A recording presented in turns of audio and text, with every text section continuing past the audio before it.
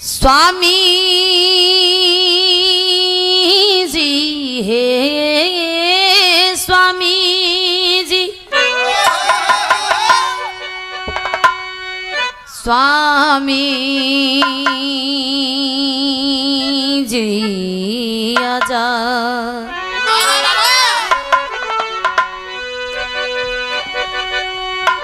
ममता की मंदिर,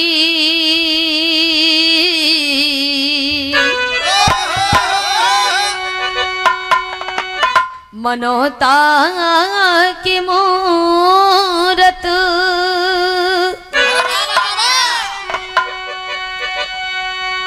जगत जन्मदायिनी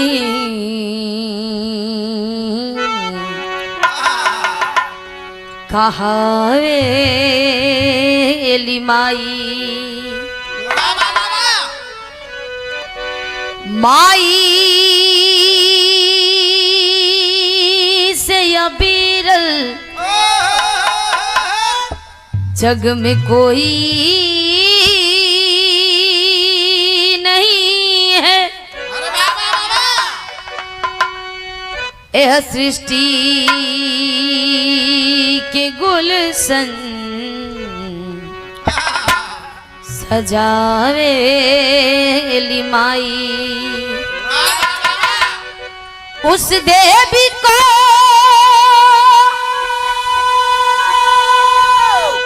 नमन का दिव जो खन करे, अपने आंचल में झूला झूलावेली माई।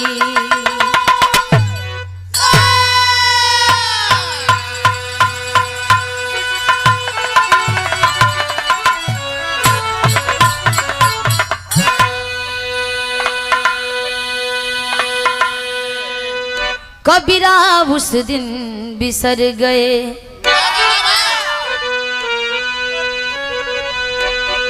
तरवू पर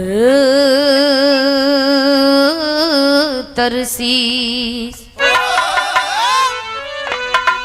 आज यह संतन में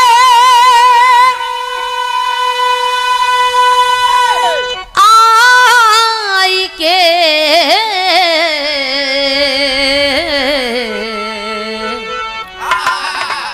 भूल गयो जगदी।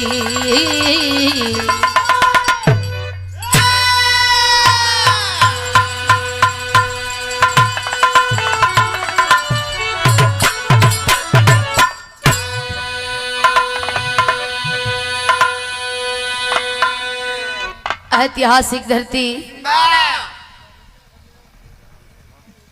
देवराहा बाबा की पावन पवित्र सरजमी जनपद देवरिया, ग्राम सभा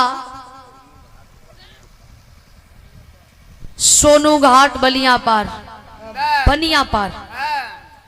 की ऐतिहासिक इस सरजमी को छूम करके नमन करते हुए आज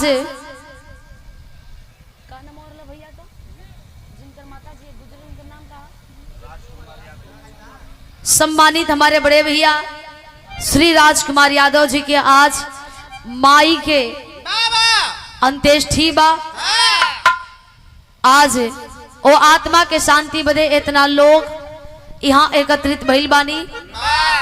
हित मित संगी साथी भाई दयाद रिश्तेदार नातेदार सक्रिय पदाधिकारी बंधु पिता तुल्य गार्जियन नौजवान भाई देश के नन्हे मुन्ने कर्णधार बालक अगल बगल से विरहा और गीत संगीत में रुचि रख रही माताएं बहनें दर्शक दीर्घा में बैठे हुए हमारे महानुभाव, हमारे मुकद्दर के मालिक, हमारे भगवान, हमारे गार्जियन, हमारे मार्गदर्शक, जहां तक मेरी आवाज पहुंचती हो इस सिस्टम व्यवस्था के जरिए हम भोजपुरी लोकगीत बिरहा गायिका रवीना रविरंजन कैमूर बिहार की धरती से यह सुंदर मंच के माध्यम से बिरहा परिवार की ओर से दिल के अनंत गहराइयों से हार्दिक बंदन, अभिनंदन, पग बंदन करते हैं और ये मंच पर से गोड़ छूके गोड़ लागत बानी।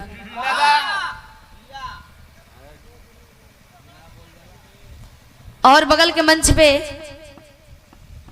बिग गंगा के विजेता, बिरहा बाहुबली के विजेता, सम्मानित कलाकार आप धर्मेंद्र सोलंकी जी, आप हमारे बड़े भैया, आप और आपकी पूरी टीम सभी को एक ही स्वर में हार्दिक बंदन, अभिनंदन, पग बंदन हो और प्रणाम स्वीकार हो। ये आपकी जन्मभूमि है, आपका ये गृह जनपद है और बड़ा सम्मान, बड़ा प्यार, आशीर्वाद मिलता है इस धरती से और आप सभी से। काफी लोग अइलन, काफी लोग चल भी गेलन और सम्मान लोग कैलन है। सुंदर सफा 500 रुपया और सुंदर माला दे करके सम्मानित हमारे बड़े भैया राजकुमार यादव जी पहुंचे और परमपिता परमेश्वर से यह कामना करब कि शोकाकुल परिवार ए दुख के घड़ी से जल्द उबर जाए और माता जी के आत्मा जहां कहीं भी हो कर्मों के अनुसार उचित स्थान दे, मालिक अपने शरण में जगह दे।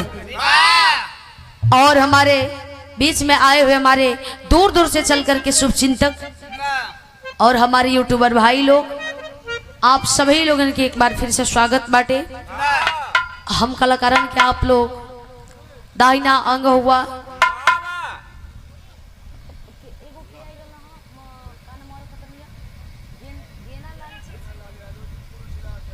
सम्मानित हमारे गार्जियन जी जिनका आगमन हुआ, घेना लाल यादव जी, पूर्व जिला अध्यक्ष न समाजवादी पार्टी देवरिया, आपों का स्वागत है।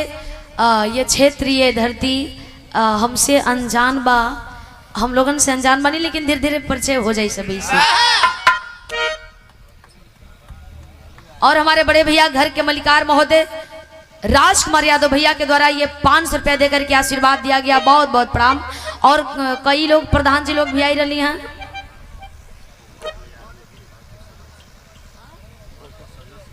और हमारे महानुभाव बड़े भैया घर के सदस्य श्री गोपाल यादव जी, आप जी के द्वारा ये 500 रुपया देकर के आशीर्वाद दिया गया।